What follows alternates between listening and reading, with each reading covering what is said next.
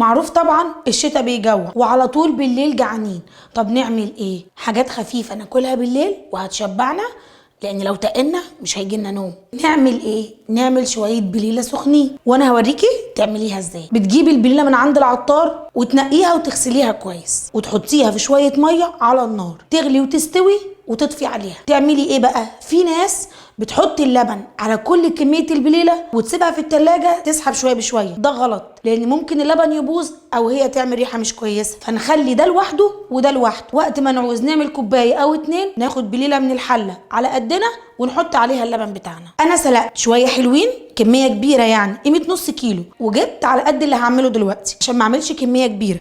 هعمل بتاع كوبايتين 3. يلا بينا. هنحط البليله على النار وهنحط اللبن وهنحط سكر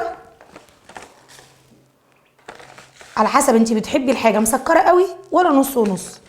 في ناس بتحب الحاجه من غير سكر، في ناس بتحبها مسكره نص ونص، في ناس بتحب الحاجه مسكره قوي. انا من الناس اللي بتحب السكر نص ونص مش كتير. وهنحط رشه فانيليا صغيره، يعني نص كيس. الكميه دي حطيت نص كيس فانيليا، وممكن ما تحطيش، انتي حره. كده كده هي بيبقى ريحتها حلوه. وهنسيبها تغلي.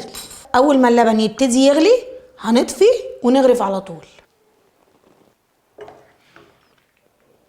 اتفضلوا احلى كوبايتين بليله، عشاء حلو قوي وخفيف وهيدفينا. هستناكم تقولوا لي في الكومنتات اعمل لكم ايه حاجه سريعه تاكلوها بالليل في الشتاء ده.